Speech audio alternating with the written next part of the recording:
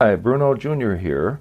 Our podcast, Busting Addiction and Smiths, is sponsored by SafeHouseRehab.com. SafeHouse believes that traditional treatments fall short of the needs of clients who face the modern problems of addiction. Modern problems need modern solutions. Multiple addictions, multiple relapses, multiple triggers, and cheaper and more powerful street drugs set up unprecedented challenges facing treatment centers.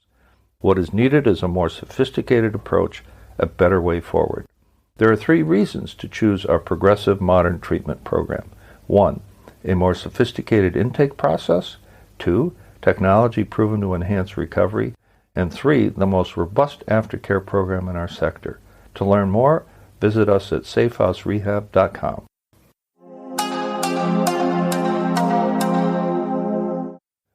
Season 12, Episode 12. Designer drugs are here to stay.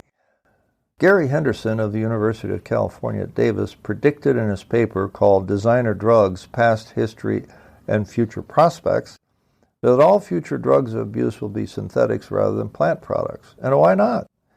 Why would it be necessary to haul a bale of marijuana weighing 60 pounds over the border when you could get the same THC effect with just a few ounces of fentanyl, which you could send in the mail? Here's what he wrote. A single gram of any very potent drug could be synthesized at one location, transported to distribution sites around the world, and then formulated, that is, cut into many thousand, perhaps a million doses. Preventing the distribution of such small amounts of the pure drug will be exceedingly difficult. And here's the kicker. The more we try to prevent the distribution, that is, sale of natural products like cocaine and marijuana and opium, etc., the more this will stimulate the creation of more potent synthetic substitutes. I can't overemphasize this point. This is a game that we can only win, if there is such a thing, if we reduce the demand for mind-altering substances. But alcohol will remain legal. Prescription drugs will become more regulated but will remain legal. Marijuana is becoming more legal in more states and it's more available. The cat's out of the bag. But legalization is still a bad idea. I can write a whole column on that one, but I won't do it today.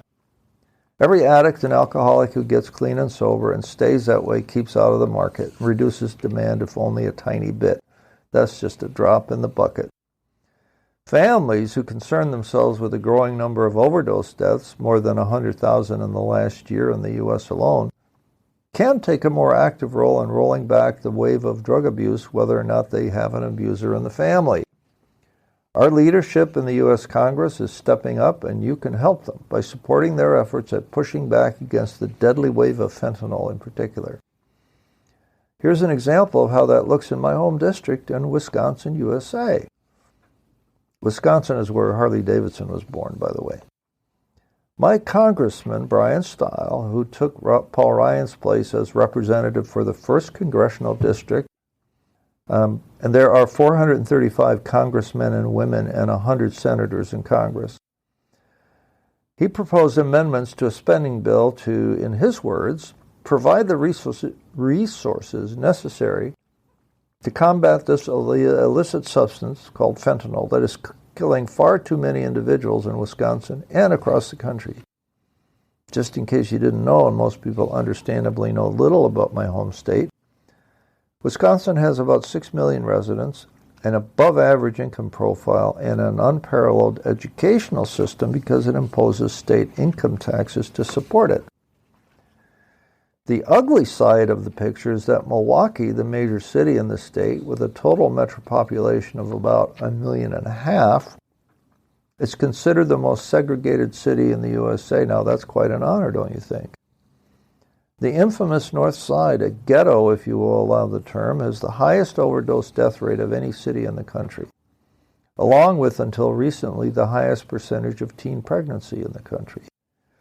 Bringing the teen pregnancy rate down was a huge achievement for the city and for a little-known not-for-profit agency called Serve Marketing, which my friend Gary Miller heads up, all while being a creative director for my former ad agency. I bring this up because high rates of drug addiction, poverty, unemployment, ignorance, prejudice, and greed are all part of the same sad tapestry. Where once we had heroin to worry about, now we have fentanyl-laced crack cocaine, straight fentanyl, fentanyl-laced synthetic marijuana, and methamphetamines, known as ice or crystal, which are dangerous enough as it is. Prostitution by men and women takes place in street corners well known by the cops and the Johns alike. The thing is, the police are all trying hard. There's little, if any, sign of corruption in the ranks or higher up that we could see. But the cops are stretched thin, and recruitment is a challenge, especially when young men and women can get cushier assignments in affluent suburbs not very far away at all. The feds are trying, and if you live in the U.S. and care enough to vote and to stay in touch with your senator and the representative in your district, then you should consider supporting any initiative that tries to limit the distribution of fentanyl or any illicit drug for that matter. My congressman's amendments to combat fentanyl include 1. More stringent border security at the Mexican border to interdict the drug. 2. Investments in improved international mail processing, which huge amounts of fentanyl come in by the good old U.S. Post Office. And 3. More investment in the High-Intensity Drug Trafficking Areas Program, HIDTA, to combat the increases in overdoses from fentanyl. This means more officers and EMTs on the street, emergency medical technicians, on the street with Narcan available to arrest the overdose. Fentanyl has not yet been made a Schedule I drug list. Believe it or not, Schedule I means a drug such as heroin, cocaine, and meth is the most dangerous, while penalties for dealing it are the harshest.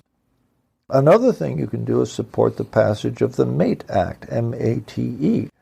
The full name of it is Medication Access and Training Expansion Act of 2021. This bill, working a slow way through Congress, requires healthcare providers, as a condition of receiving or renewing a registration to prescribe potentially addictive drugs, to complete a one-time training on managing patients with substance use disorders. In addition, the Department of Health and Human Services, HHS, must award grants to health professional associations and educational programs for integrating substance use disorder into relevant curricula. Would you like to have all this explained in plain English? I sure would. About half of all the graduates of medical education programs that grant an MD degree have zero training on substance use disorder. That includes alcohol in addition to drugs. So the feds want all doctors and other clinicians who prescribe a potentially addictive drug to take one-time training on managing patients with a substance use disorder. How doctors who have never had exposure to addiction are supposed to spot a patient with a substance use disorder, I don't know. But something is better than nothing. I think the more meaningful part of the legislation is the integration of substance use disorder training into mental health curricula. I think that's where it would fall. So where do we come out and what have we learned? We learned that 1, the U.S. authorities at the federal and state level are finally waking up to the threat of the designer drug of the day, fentanyl and its analogues. 2, medical education and training on substance use disorders needs to be substantially improved in over half of the medical schools in the U.S. 3, whether or not you have a loved one who is addicted, you can help stem the tide of fentanyl addiction, which was largely responsible for 100,000 overdose deaths in the U.S. in 2021. Number 4, families should support the MATE Act, M-A-T-E Act of 2021, which is designed to improve awareness and treatment of substance use disorders by medical professionals. And 5, families should also support any investment in publicly funded treatment and intervention programs, including providing police officers and emergency medical techs, EMTs, with Narcan, which is an expensive yet life-saving antidote to opiate overdoses.